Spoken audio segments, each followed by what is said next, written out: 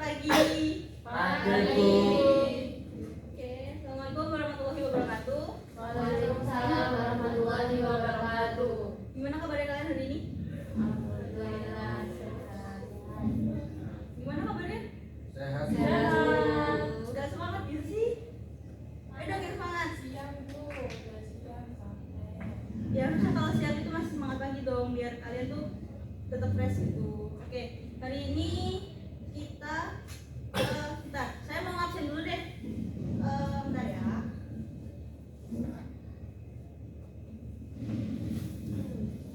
Oke. Sambil saya absen, saya mau tanya ke kalian. Kalian udah pada makan siang belum? Belum. Ini nggak ada yang sudah satu sama sekali. Sudah. Oke, kalian makan apa sih? Makan nasi goreng. Nasi gorengnya itu kamu bayarnya pakai cash atau Iris. pakai QRIS ya? Ya. Kenapa gitu? Karena memang di kantinnya dari kuris semua. Kalian yang biasanya beli makan di luar itu lebih senang pakai cash atau QRIS? Iris. Nah, saya sukanya tunai. Kenapa tunai? Karena sama orang tua dikasihnya tunai. Masuk akal. Terus Mbak Nabila tadi kenapa? Lebih mudah. Cuma bawa HP doang jelaskan. Oke, masuk akal. Oke, kita absen dulu ya. Hari ini yang nggak hadir siapa? Ada nggak? Tiara. Absen aja deh ya. Nadia, Hadir. Nabila, Hadir. Alia, Hadir. Sofi, Vera, Hadir. Valen, Hadir. Thomas, Hadir Bu. Rehan, Hadir. Bibi. Hadir. Oke, hadir semua ya. Hadir. Sebelum itu, Ibu minta kalian untuk berdoa untuk kelancaran pembelajaran kita pada hari ini. Berdoa dimulai.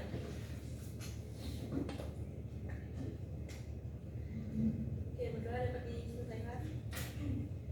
Tadi kan udah Ibu singgung nih, udah Ibu singgung nih soal pembayaran nih. Jadi kalian pasti udah pada paham dong kita mau belajar apa hari ini. Hari ini mau belajar materi baru. Oke, good job Nadia. Jadi hari ini kita bakal belajar materi tentang bank. Bentar ya, Ibu siapin dulu.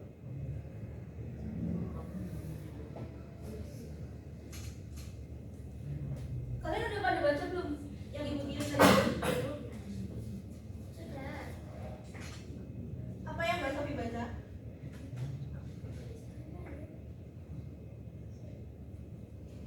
Oh, putih. Harus cek dulu ya.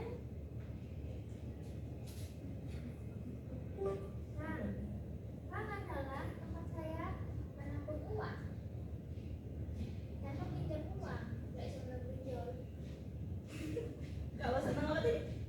Bank adalah tempat saya untuk menabung uang, menyetor uang, lalu mengambil uang. Yang lain mungkin ada yang tahu fungsi bank itu apa aja. Untuk menaruh uang. Selain menaruh uang, yang lebih spesifik lagi. Menaruh STNK, BPKB. Baik, oke. Ya, Vera, silakan. Untuk menghimpun dana dari masyarakat dalam bentuk simpanan seperti tabungan, giro, atau deposito. Oke, jawaban yang bagus Vera. Tepuk tangan teman-teman. Jadi untuk mulai kita akan kita ada pengertian bank.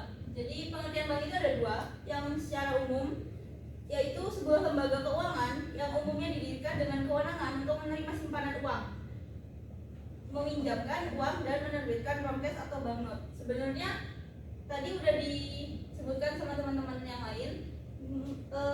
Bank itu tidak hanya meminjamkan uang saja seperti yang ada di layar, tapi juga tempat untuk menaruh seperti yang Thomas sebutkan tadi, untuk menaruh STNK dan yang lain-lain ya. Oke. Selanjutnya ada menurut Undang-Undang Republik Indonesia Nomor 10 tentang Perbankan. Adalah badan usaha yang menghimpun dana dari masyarakat dalam bentuk simpanan dan menyalurkan kepada masyarakat dalam bentuk kredit dana atau bentuk-bentuk lainnya dalam rangka meningkatkan kesejahteraan rakyat atau taraf hidup orang banyak. Jadi di UU Republik Indonesia nomor 10 tentang perbankan ini itu ada mencakup tadi yang Thomas sebutkan. Itu sebagai kalau kita bilang itu jaminan dalam memberikan kredit kepada masyarakat banyak. Yang selanjutnya ada fungsi dari bank. Seperti yang sudah disebutkan oleh Vera tadi, fungsi bank itu ada badan untuk menghimpun dana dari masyarakat, badan yang menyalurkan kredit kepada masyarakat. Pasti kita semua udah tahu dong, apa sih menghimpun dana dari masyarakat itu bisa berupa apa? Ada yang tahu? Menghimpun dana dari masyarakat itu, bank itu melakukan apa? Atau masyarakat yang melakukan apa ke bank? Ini ada yang tahu? Menghimpun dana. Ya, betul sekali. Kalau bank menyalurkan kredit kepada masyarakat itu, kalian tahu nggak bentuk-bentuknya apa aja? Kredit usaha. Apa? Kredit usaha. Oke, bagus. Apa lagi tadi? Iya. Ya, bagus. Lalu yang ketiga ada lembaga penyedia jasa pembayaran serta peredaran uang. Seperti yang kita tahu ya, bank itu kan menyediakan banyak layanan. Seperti bank-bank di Indonesia itu kan mengeluarkan QRIS. Mohon maaf saya lupa panjangannya apa. Atau ada yang tahu panjangan dari QRIS apa? Males Facebook. Bukan dong. Ayo ada yang tahu? Ya Vera silahkan. Quick response code. Oke, bagus Vera. Dari bank-bank yang menyediakan jasa pembayaran tersebut itu akan sangat memudahkan bagi teman-teman yang bagi teman-teman yang malas untuk mengambil uang di bank ya. Yang keempat ada meningkatkan kesejahteraan dan taraf hidup rakyat banyak. Maksud dari meningkatkan kesejahteraan atau taraf hidup rakyat banyak ini bisa dari tabungan, bisa dari pinjaman yang disediakan oleh bank, bisa dari investasi-investasi, bisa dari program-program yang digalakkan oleh bank tersebut, seperti Bank Indonesia contohnya menggalakkan kredit usaha rakyat atau bisa membantu UMKM yang ada di Indonesia untuk melakukan peminjaman modal. Selanjutnya ada usaha dan aktivitas bank. Ini sudah disinggung ya sama teman-teman yang lain. Memindahkan uang itu contoh sederhananya itu ketika misal Vera ke Valen itu melakukan transfer untuk pemindahan dana. Yang kedua ada menghimpun dana, itu Vera menabung ke bank BCA misal.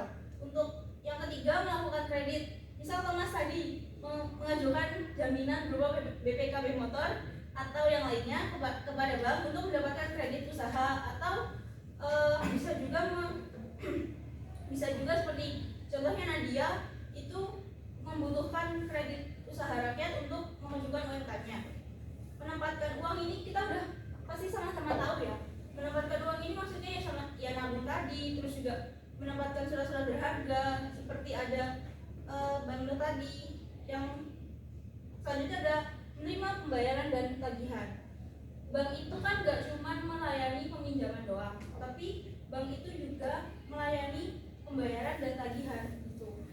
Yang terakhir ada menyediakan tempat penyimpanan barang dan surat berharga. Jadi kita tuh kalau misal punya perhiasan emas, punya surat-surat berharga, contohnya STNK, BPKB, terus punya perhiasan yang banyak banget, itu bisa disimpan di bank untuk menjaga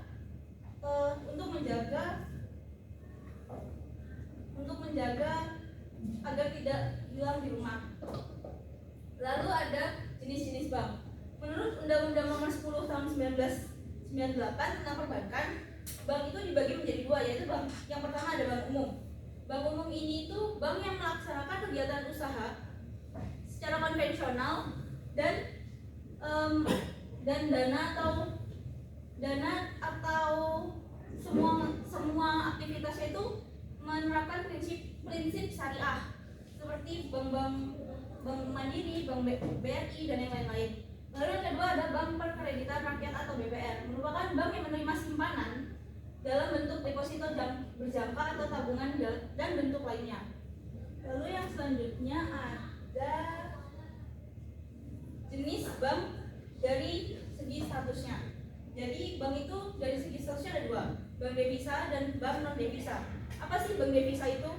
Jadi bank devisa itu adalah lembaga keuangan yang telah ditunjuk atau disetujui oleh Bank Indonesia atau oleh Bank Sentral atau Bank Indonesia guna melakukan aktivitas ke luar negeri. Jadi kita tuh bisa melakukan transfer atau yang dari luar itu bisa transfer ke kita di bank devisa ini. Bank devisa itu nanti kita akan bahas lebih lanjut. Dan yang kedua ada bank non devisa. Bank non devisa ini adalah kebalikan dari bank devisa, yaitu bank yang tidak diizinkan atau tidak memiliki izin untuk melakukan aktivitas valuta asing atau falas tadi. Oke, ini ada contoh bank dari segi statusnya. Bank devisa tadi ada Bank BRI dan Bank Mandiri. Jadi kita pasti familiar dengan money changer, ya kan? Teman-teman yang lain pasti familiar dengan money changer yang bisa menukarkan uang dari negara satu, misal negara Indonesia ke baht misal atau ke dolar Singapura gitu. Bank non devisa ini adalah bank-bank yang syariah. Jadi kayak Bank Syariah, Mandiri, BSI gitu. Oke, selanjutnya adalah produk dan layanan dari bank. Yang pertama ada kredit. Seperti yang udah kita tahu tadi, udah dibahas tadi di awal, kredit itu berupa macam-macam ya. Kredit usaha rakyat, UMKM bisa meminjam, terus tadi pinjaman yang memiliki jaminan seperti yang Thomas sebutkan tadi. Lalu yang kedua ada tabungan dan simpanan. Yang sering kita lakukan adalah tabungan dan simpanan. Mungkin orang tua kalian pasti ada yang pernah meminjam di bank. Nah itu masuk ke kredit tadi. Tapi tabungan ini kalian pasti kan memiliki rekening nih, ya kan? Nah itu adalah aktivitas tabungan dan simpanan. Lalu yang ketiga ada deposito. Deposito itu dilakukan, kalian pasti orang tua kalian deh pasti punya deposito untuk mungkin kebutuhan ke depan pas kalian udah wisuda atau kebutuhan yang mendadak lainnya. Lalu yang ketiga selanjutnya ada layanan jasa. Layanan jasa ini sama kayak tadi QRIS dan yang lain-lain. Dan yang selanjutnya ada reksadana. Oke. Sekarang saya mau tanya, kalian udah paham atau belum tentang materi ini? Atau ada yang kurang jelas? Iya. Itu tadi kan ada itu banknote itu apa sih? Kalau banknote itu oke, kita balik ke slide yang tadi ya. Iya. Oke, jadi banknote atau brown cash itu adalah surat yang diterbitkan oleh bank. Jadi itu adalah surat-surat berharga yang kita simpan di bank dan diterbitkan oleh bank, tanda buktinya gitu loh. Oke, jadi pahami? Oke, ada lagi? Mungkin? Sebelumnya beri tepuk tangan kepada Nabila. Nabila. Oke, ada lagi? Kalau nggak ada, saya nanya ke kalian ya. Oke. Tenang, pertanyaan gampang kok.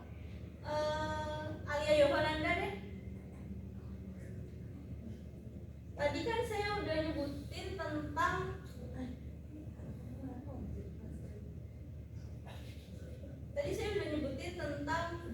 bank yang dibagi menjadi dua dari segi statusnya. Masih ingat gak bank devisa apa aja yang ada di Indonesia? Sebutkan satu aja deh. Atau ada yang lain? Mungkin? Ya, iya betul sekali. Oke, good job Nabila. Jadi Alia nggak nyimak nih kayaknya. Ya Bu. Oke. Saya mempunyai reward untuk kalian yang bisa menjawab. Saya akan membagi 2 reward ke kalian yang bisa menjawab 2 pertanyaan saya. Oke? Siap. Oke, satunya tadi di awal saya udah jelasin tentang pengertian bank. Ada yang bisa jelasin nggak apa itu bank menurut pendapat kalian deh? Ada yang bisa jelasin nggak? Ya, Vera silakan. Menurut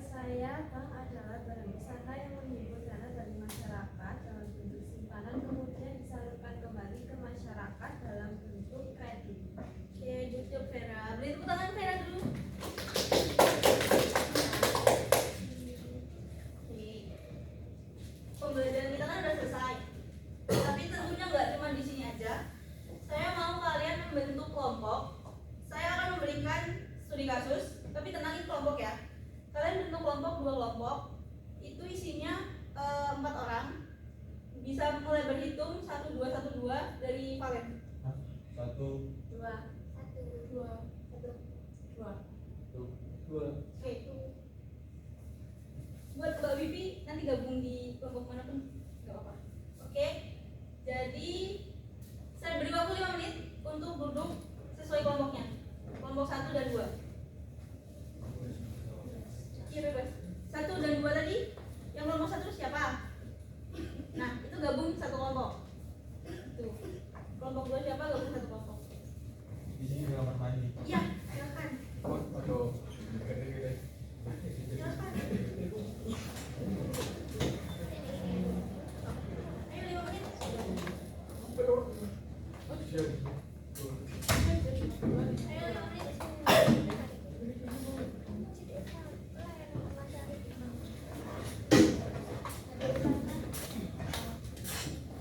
Bebasnya gimana? Gimana enaknya kalian aja. Iya. Kelompok 1, kelompok 2. Tadi Mbak Vivi kelompok 1 kan? Kelompok berapa tadi Mbak Vivi? 2. Yaudah, gabung kelompoknya masing-masing. Jadi, saya mempunyai studi kasus. Studi kasusnya sama, tapi kalian harus menganalisis kasus ini dalam waktu 15 menit cukup nggak? Kurang, Bu. 15 menit dulu ya. Nanti kalau ada tambahan waktu saya infokan ke kalian. Oke. Tadi kelompok 1 kan? Oke. Ini kelompok 2. Oke, silakan dianalisis menurut pendapat kalian.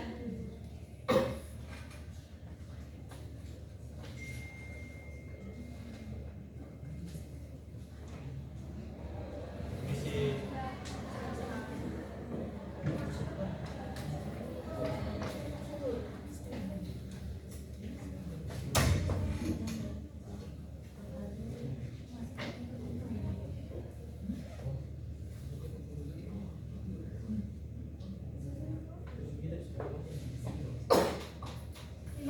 Ya waktunya. Gini.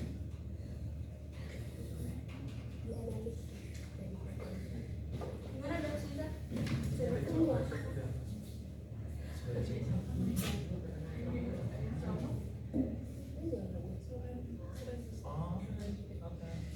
Silakan dianalisis. Dan kesulitan nggak dari kalian? Tidak.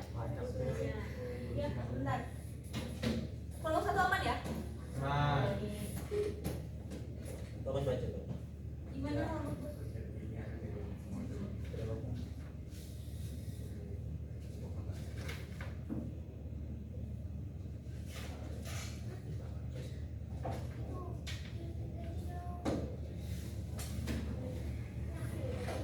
Ada masalah? Ada kendala nggak? Nggak ada yang mau ditanyakan? Sejauh ini masih aman ya?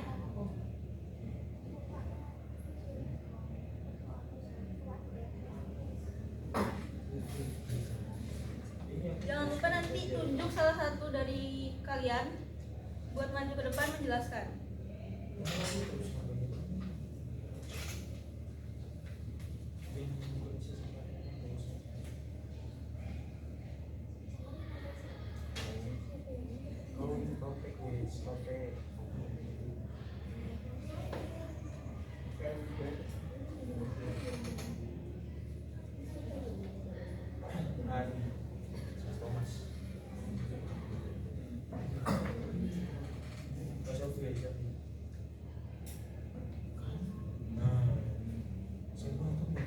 Gimana teman-teman?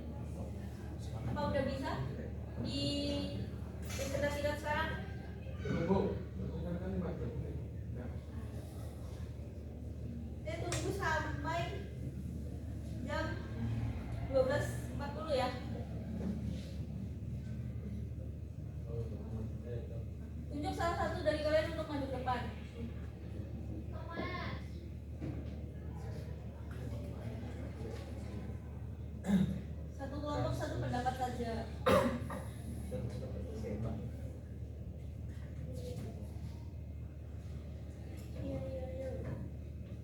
Udah kok itu.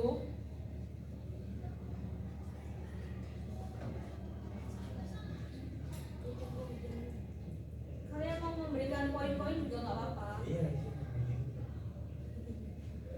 Nice. Oke, waktunya selesai. Oke, waktunya selesai ya. Ya Bu. Oke. Dari kelompok 1 siapa yang mau maju? Oke, silakan Valen. Teman-teman minta perhatiannya buat Valen dong. Iya. Apa? Tadi udah.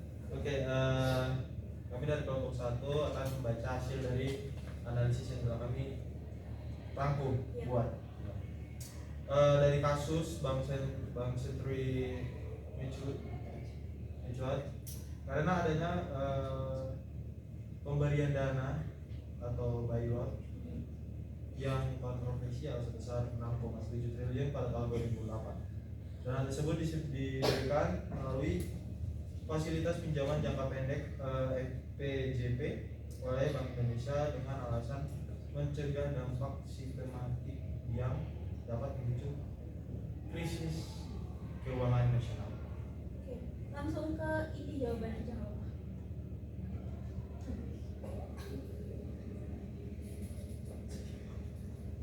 Kronologinya boleh dibacain? Ya, kronologinya pada tahun 2004 itu Bank Senturi itu terbentuk dari manajer Bank CIC, terus Bank Bikok, dan Bank Hak. Di 2008, Bank Senturi menghadapi masalah likuiditas serius akibat salah satu kelola dan penyalahgunaan dana.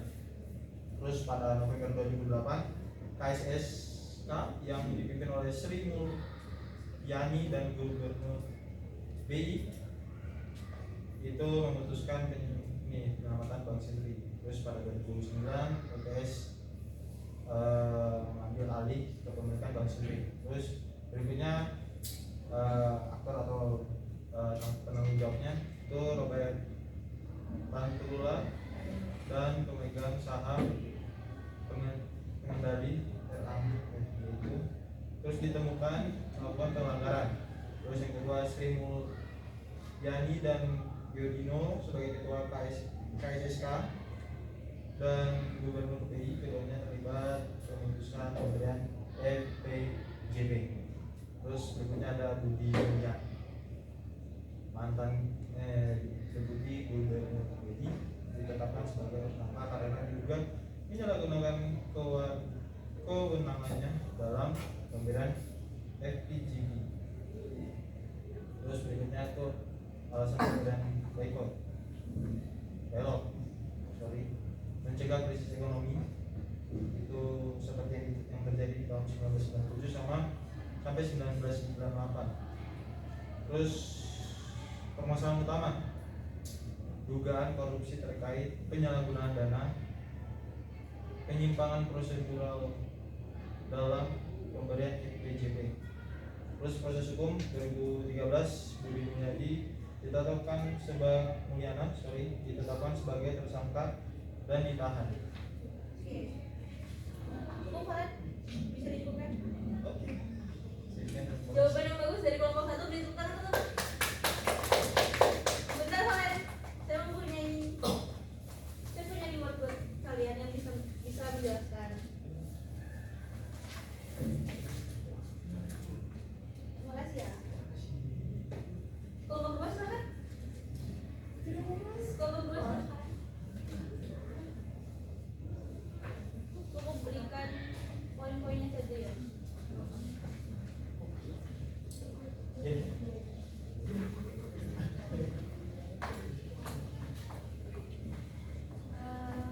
Menurut kelompok 2, kasus Bank Senturi memberikan pelajaran penting bagi regulator perbankan dan lembaga keuangan.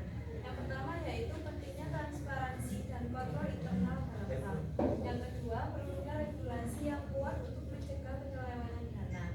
Dan yang terakhir yaitu pentingnya koordinasi yang efektif antara institusi keuangan dan regulator dalam menghadapi situasi darurat perbankan. Nah, dalam analisis kasus ini jelas bahwa kompleksitas dan ambiguitas dalam struktur kepemilikan Bank Senturi telah memicu masalah likuiditas yang parah. Langkah-langkah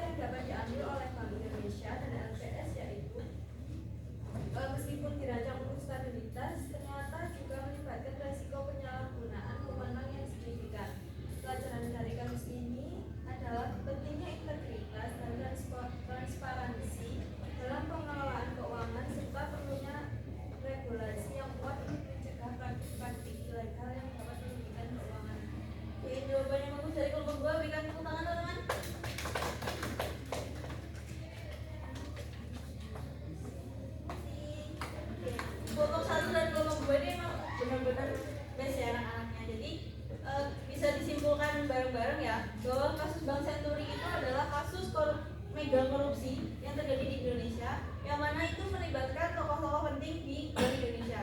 Jadi bisa diambil pelajaran bahwa Bank Indonesia itu harusnya menetapkan sebuah regulasi untuk menjamin keamanan likuiditas dan database yang ada di Bank Indonesia itu sendiri.